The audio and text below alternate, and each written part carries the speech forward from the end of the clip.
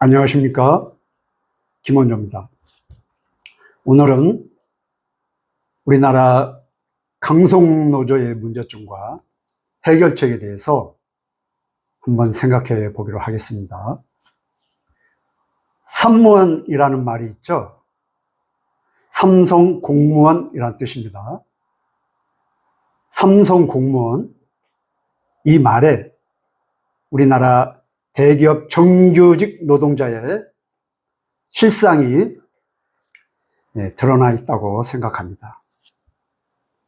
또 지금 삼성 노조가 과도한 성과급을 요구하면서 총파업을 하고 있죠. 또 과거 2025년도 대한항공은 기본급의 500%를 성과급으로 지급했습니다. 근데 2025년 대한항공의 부채 비율은 무려 340%였습니다. 그러면 노동자에게 성과급을 지급할 것이 아니라 재무구조 개선을 했어야 했죠. 또 여러분도 익히 잘 알다시피 현대 기아차 노조원들은 자동차 조립 시간에 핸드폰으로 유튜브를 시청하거나 게임을 했죠. 거기서 더 나아가서 회사에 자녀 채용까지 강요하고 있는 실정입니다. 지금 이렇게 우리나라 대기업 정규직 노동자가 공무원화되고 또 강성노조가 크게 그 기업을 괴롭히고 나라를 위태롭게 하는 것은 그 이면에 노동자를 위한 강력한 노동법이 있기 때문입니다. 그러면 한번 노동법에 대해서 한번 좀 알아보겠습니다. 노동법은 크게 두 가지인데요. 해고와 파업입니다. 해고는 기업이 하는 것이고 파업은 노동자가 하는 것이죠. 해고를 보자면 우리나라 기업은 세 가지 조건을 갖춰야 됩니다.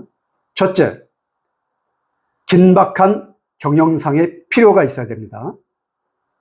둘째, 해고 회피 노력을 다 해야 합니다. 예컨대 희망퇴직 또는 자산 매각 또는 무급휴직 또는 전환 배치 등의 사전적 행동을 해야 됩니다.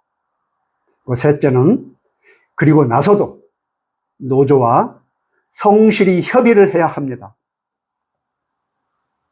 그런데 노조가 정리해고에 찬성할까요? 노조는 당연히 파업을 하겠죠. 그래서 우리나라 기업은 아무리 적자가 나고 기업 인수합병을 해서 노동력이 중첩되더라도 절대 해고를 할 수 없습니다. 오직 회사가 망해야만 정리를 할 수가 있죠. 정리해고를 할 수 있죠. 그렇기 때문에 우리나라 기업은 정규직 채용을 극히 꺼리고 계약직 노동자를 채용하려고 하죠. 그런데 우리는 지금 자꾸 우리 기업들을 손가락질하고 있지 않습니까? 하지만은 그 이면에는 강고한 강성노조가 있는 거죠. 그 다음에 파업을 알아보겠습니다. 우리나라 노조는 사업장 안에서 파업이 가능합니다. 그러니까 사업장 안에서 재물 손괴를 해서는 안 되겠죠. 하지만 사업장 안에서 얼마든지 으쌰으쌰 하면서 파업할 수가 있는 것입니다. 이는 회사 입장에서 대단히 위험한 것이죠. 그렇죠?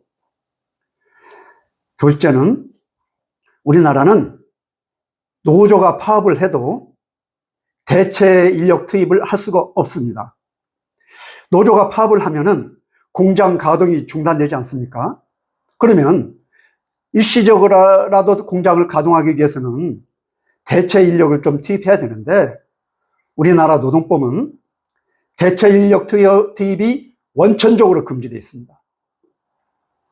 그래서 우리나라 그 파업이 아주 강력한 힘을 갖게 되는 것이죠.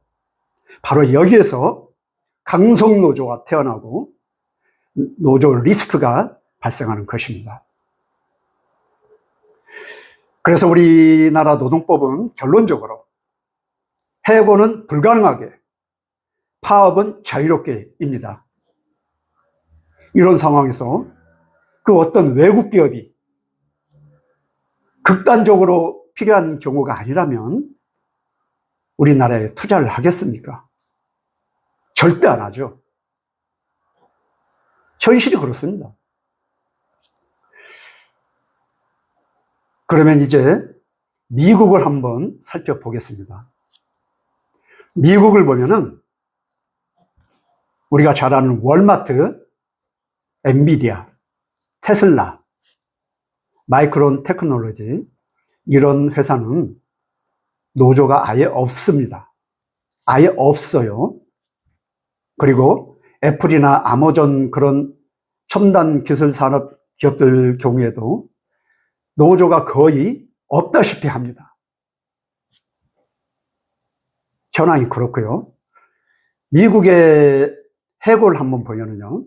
미국은 언제 어디서든 어떻게든 노동자를 해고할 수 있습니다. 그러니까 정당한 사유가 없어도 얼마든지 노동자를 해고할 수 있습니다. 그래서 미국 기업은 저성과자나 조직 부적응자를 수시로 속아낼 수가 있는 거죠. 또 미국 기업은 사전적 정리해고가 가능합니다. 요즘 마이크로소프트나 메타가 수천 명의 대규모 감원을 하고 있죠. 그것은 그 회사들이 적자가 나오고 있기 때문이 아닙니다. 미래를 대비하기 위해서 선제적으로 감원을 하고 있는 거죠. 그러니까 미국은 사전적 정리해고가 가능합니다. 또 미국 해고의 중요한 특징은요, 즉시 해고가 가능하다는 것입니다. 우리나라는 노동자를 해고하기 위해서는 해고 30일 전에 반드시 노동자에게 통보하도록 되어 있습니다. 그런데 미국은 당장 너 나가 할 수 있는 것이죠. 그리고 미국의 파업을 한번 살펴보겠습니다. 미국은 절대 사업장에서 파업을 할 수가 없습니다. 오직 사업장 밖에서 파업을 할 수가 있죠. 그리고 또 하나의 특징은 아주 강력한데요. 영구 대체 인력을 투입할 수 있습니다. 영구 대체 인력이라는 건요, 말 그대로 신규 직원을 뽑아가지고 그 빈자리에 정규 직원으로 채용해서 계속 일을 시킬 수가 있는 거죠. 그러니까 파업 노동자는 파업이 끝난 후 사업장에 복귀할 수가 없습니다. 강력하죠. 다만 파업 노동자는 차후에 신규 채용할 때 1순위 자격을 갖습니다. 그러니까 미국 노동법은 해고는 자유롭게, 파업은 불가능하게. 그런데 우리나라는 해고는 불가능하게, 파업은 자유롭게. 완전히 정반대의 길을 가고 있는 것이죠. 중국을 한번 살펴보겠습니다. 우리가 잘 아는 중국의 그 화웨이나 샤오미 같은 기업들은 매년 정원의 5에서 10% 정도 저성과자를 퇴출하는 프로그램을 실시하고 있습니다. 그러니까 정리해고가 아주 자유로운 거죠. 파업에 있어서는 원천적으로 불가능합니다. 중국은요, 파업이라는 용어 자체가 없습니다. 그래서 중국도 해고는 자유롭게, 파업은 불가능하게 그렇습니다. 그래서 지금 노동법의 글로벌 스탠다드는 해고는 자유롭게, 파업은 불가능하게입니다. 그러니까 노동자 과잉 보호보다는 기업 경쟁력에 방점을 두는 것이죠. 지금 그런 상황에서 그런 첨단 기술 기업들은 지금 세계 시장을 지배하고 있죠. 그런데 지금 우리나라 노동법은 구시대적 잔재에 얽매여 있습니다. 이런 상황 속에서 우리 기업들이 어떻게 글로벌 경쟁력을 가질 수가 있겠습니까? 어떻게 살아남을 수 있겠습니까?